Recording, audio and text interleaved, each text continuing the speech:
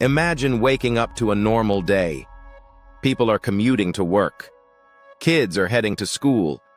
Flights are taking off. Coffee shops are full. Everything feels ordinary. And then, somewhere, quietly, someone coughs. Nothing unusual. But this time, that cough carries something new, something engineered, something no doctor has ever seen before. Within days, hospitals fill up. Within weeks, borders close. Within months, the world changes. No explosions, no warning sirens, just biology. Invisible, silent, relentless. This is the unsettling reality of modern biological threats, and why many experts believe the next great global crisis might not come from a missile or a bomb, but from a microscopic strand of genetic code. Welcome to the 21st century, where life itself can be programmed, and where that power raises one of the most serious questions humanity has ever faced. What happens when we learn not only how to cure disease, but how to design it? Part 1. What exactly is a bioweapon? Let's start with the basics. A biological weapon is any bacteria, virus, or toxin used deliberately to make people, animals, or crops sick. Instead of destroying buildings, it targets bodies. Instead of shockwaves, it spreads through contact. And unlike traditional weapons, it doesn't stop when the first attack ends. It keeps multiplying. One infected person can infect 10. Those 10 infect 100. Soon it becomes thousands. And the worst part? People don't even know they're spreading it. That's what makes disease such a terrifying weapon. It turns everyday human behavior, breathing, touching, gathering, into a delivery system. Biological warfare isn't new. In ancient times, armies poisoned wells or flung plague-infected bodies over city walls. In more recent history, some governments secretly stockpiled diseases like anthrax and smallpox. But those were blunt tools. What we're worried about today is something far more precise. Something designed. Part 2. The biotech revolution. Over the last few decades, biology has gone through a quiet revolution. Scientists learned how to read DNA like a language, letter by letter. Then they learned how to edit it. And now, in some cases, they can even build it from scratch. Think of DNA as software. For most of human history, we could only observe the code. Now we can rewrite it. This technology has done amazing things. It's helping cure genetic diseases. It's creating crops that survive drought. It's allowing faster vaccines. It's helping doctors tailor treatments to individuals. During COVID-19, modern biotechnology helped scientists create vaccines in record time, something that would have taken years in the past. So this isn't evil science, it's powerful science. But here's the uncomfortable truth. Powerful tools don't care how they're used. A scalpel can save a life, or take one. Biology is no different. Part 3. Enter designer pathogens. Now we come to the phrase that worries experts most. Designer pathogens. This simply means diseases that aren't just found in nature, but intentionally modified or engineered. Natural viruses evolve slowly and randomly. Scientists can track them and prepare defenses. But a designed pathogen could be built with specific goals. Imagine if someone tried to make a disease, spread faster, last longer outside the body, avoid detection, ignore existing medicines, or combine dangerous traits in ways nature never would. Instead of waiting for evolution, someone could force it. That possibility changes everything. Because now the threat isn't just what nature creates. It's what humans might choose to create. And humans can be far more creative and far more reckless than nature. Part 4. Why this risk is growing now. So why is this becoming such a serious conversation today? Because the tools are becoming cheaper, faster, and more available. What once required a huge government lab and millions of dollars can now sometimes be done in small research spaces with commercially available equipment. DNA sequencing that used to cost billions now costs a few $100s. Genetic data is shared online. Software helps design proteins. Artificial intelligence can model biological systems. Most of this openness is wonderful for medicine, but it also lowers the barrier to misuse. You no longer need a massive secret program to do meaningful biological research. And that accessibility, while great for innovation, makes security harder. Because you can't easily tell the difference between a lab working on vaccines and one doing something dangerous. The same tools look identical. Part 5. Lessons from COVID-19. If the world needed a reminder of how powerful infectious disease can be, COVID-19 gave it to us. In just months, hospitals were overwhelmed. Global travel stopped. Supply chains collapsed. Millions of people died. And that was a naturally occurring virus. It wasn't designed to be maximally lethal or optimized to spread. It simply evolved. Now imagine something intentionally engineered to be worse. That's what keeps biosecurity experts awake at night. COVID wasn't a bioweapon, but it showed us how vulnerable modern society is, how quickly things fall apart, how interconnected we all are. In many ways, it was a warning. Part 6. Who might use such weapons? Traditionally, people worried about governments. During the Cold War, several nations secretly explored biological weapons programs despite international bans. That risk hasn't completely disappeared. But today there's another concern. Smaller groups. Terrorist organizations. Extremist networks. Or even individuals with enough knowledge and harmful intent. Unlike nuclear weapons, which require rare materials and massive facilities, biology can sometimes be done quietly. You don't need enriched uranium. You need knowledge.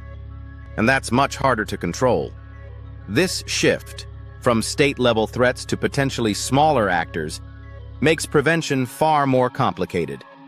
Part 7. The ethical minefield. Here's where things get really tricky. Science depends on openness. Researchers share discoveries so others can build on them. That's how progress happens. But what happens when sharing information could also create risk? Should certain experiments be limited? Should some findings stay private? Who decides what's too dangerous to publish? If you hide too much, you slow medical progress. If you share too much, you might enable misuse. There's no perfect answer. It's a constant balancing act between freedom and safety. And every decision carries consequences. Part 8.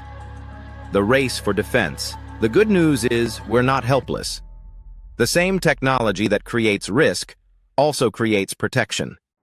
We now have global disease surveillance, rapid genetic sequencing, faster vaccine platforms, AI outbreak detection, emergency stockpiles. Vaccines that once took years can now be designed in weeks.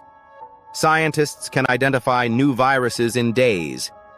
That speed saves lives. If a new threat appears, the goal is simple. Detect early, respond fast, contain quickly. Because in biology, time is everything. Every day matters. Part 9. Global cooperation. Diseases don't care about borders. They don't need passports. An outbreak anywhere can become a crisis everywhere. That's why international cooperation is critical. Most countries have signed agreements banning biological weapons, but treaties only work if everyone plays by the rules. Trust matters. Transparency matters. Communication matters. Because you can't fight a global threat alone. Part 10.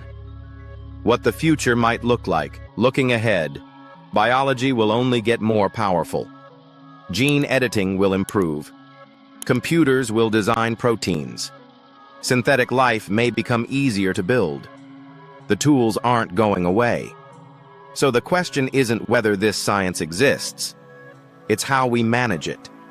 Do we invest in safeguards, education, ethics training, public health systems, or do we ignore the risks until something goes wrong? The future depends less on the technology and more on the choices we make. Closing. Hopeful, but serious. It's easy to feel fear when talking about designer pathogens. But fear alone doesn't help. Preparedness does. Responsibility does. Cooperation does. Biotechnology is one of humanity's greatest achievements. It's curing diseases that once seemed hopeless. The goal isn't to stop progress. It's to guide it wisely. Because in the end, biology is just a tool. And tools reflect the hands that use them.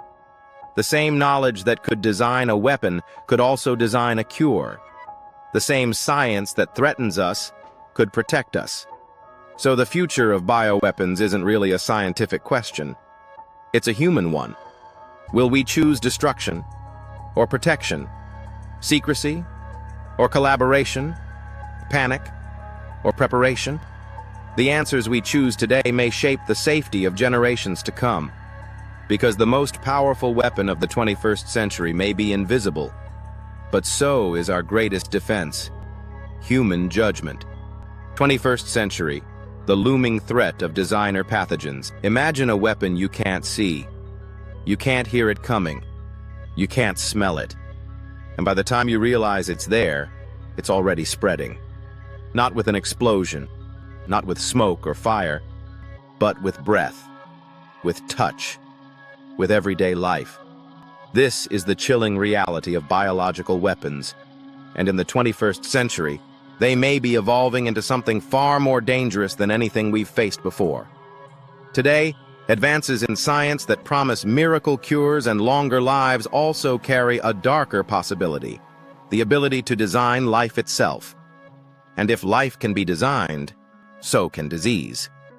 This is the story of designer pathogens, and why many experts believe they could become one of the greatest threats to humanity. What are bioweapons? Let's start simple. A biological weapon is any disease, bacteria, virus, or toxin, used intentionally to harm people, animals, or crops. Unlike bombs or bullets, these weapons spread silently. A single infected person can unknowingly pass it on to dozens more. Those dozens infect hundreds, and within weeks, it can circle the globe. History shows us this isn't just science fiction. In the past, armies poisoned wells, catapulted plague-infected bodies over city walls, and experimented with deadly diseases during wartime. In the 20th century, some governments secretly stockpiled anthrax, smallpox, and other pathogens. But those were crude tools compared to what might be possible today. Because now, biology itself is programmable. The biotech revolution. Over the last few decades, biology has changed.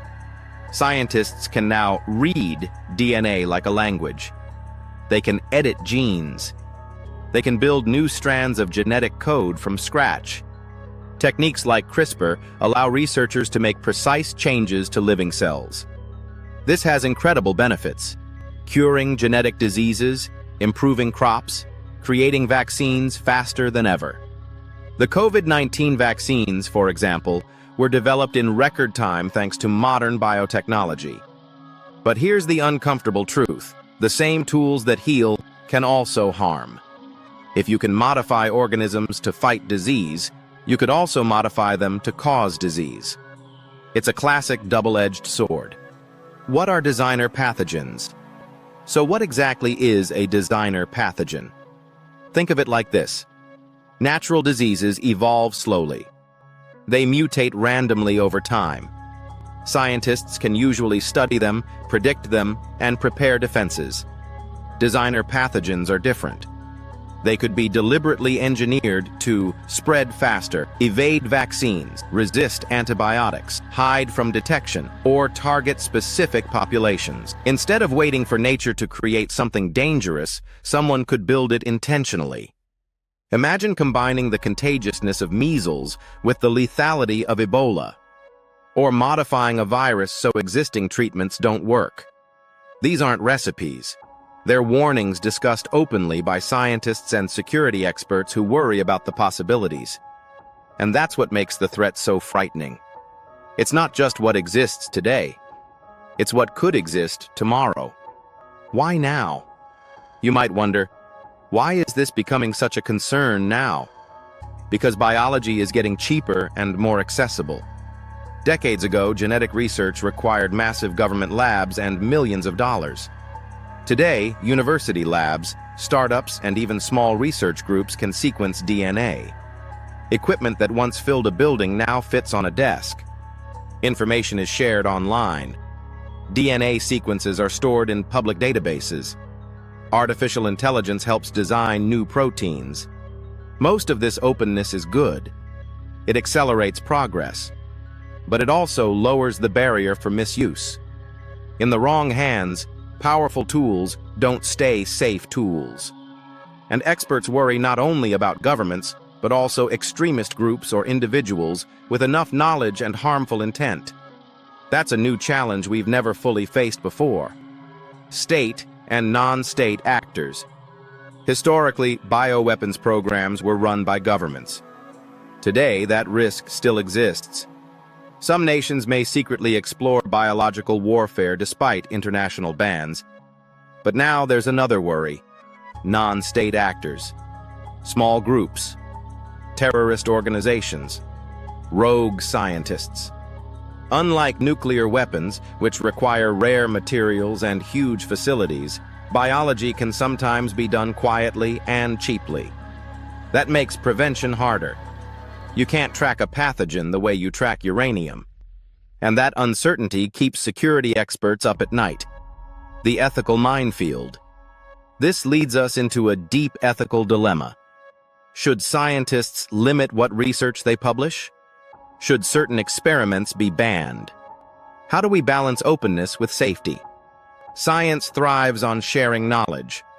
Collaboration saves lives. But total openness might create risks. For example, researchers sometimes study how viruses become more transmissible to understand how to stop them. But publishing those findings might reveal information that could be misused. It's a constant balancing act. Too much secrecy slows medical progress. Too much openness may invite danger. There are no easy answers. Only careful judgment and responsibility. Section 7. The race for countermeasures. The good news is that while these threats grow, so do our defenses. Scientists are working just as hard on protection as anyone might be on harm.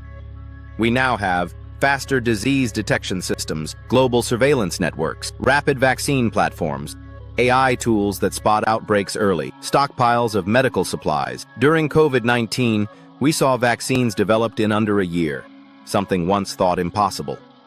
That speed could be crucial if a new engineered disease ever appears. The goal is simple. Detect fast, respond faster. Because in biology, time is everything. International cooperation. There's also a legal framework. In 1972, countries signed the Biological Weapons Convention, banning the development and stockpiling of biological weapons. Nearly every nation on Earth has agreed. But agreements only work if countries follow them. Unlike nuclear weapons, biological research is hard to monitor. Labs that make vaccines look similar to labs that could potentially do harm. So, trust, transparency, and cooperation become essential. Global health security isn't just a medical issue. It's political and diplomatic, too. No country can protect itself alone. Because pathogens don't respect borders. What can go right? It's important not to slip into fear. Biotechnology isn't the villain here. It's one of humanity's greatest tools. The same science that could theoretically design a pathogen is already curing cancers, repairing organs, and preventing pandemics. The future isn't doomed, it's uncertain. And uncertainty means we still have choices. We can build stronger safeguards. We can educate scientists about ethics. We can fund public health. We can cooperate globally. Preparedness is our best defense. Closing reflection. So where does this leave us? We live in an age where humanity can shape life itself. That's incredible and terrifying. Designer pathogens represent one of those rare threats that could truly affect everyone, rich or poor, powerful or powerless. But they also remind us of something important. The same intelligence that creates danger also creates solutions.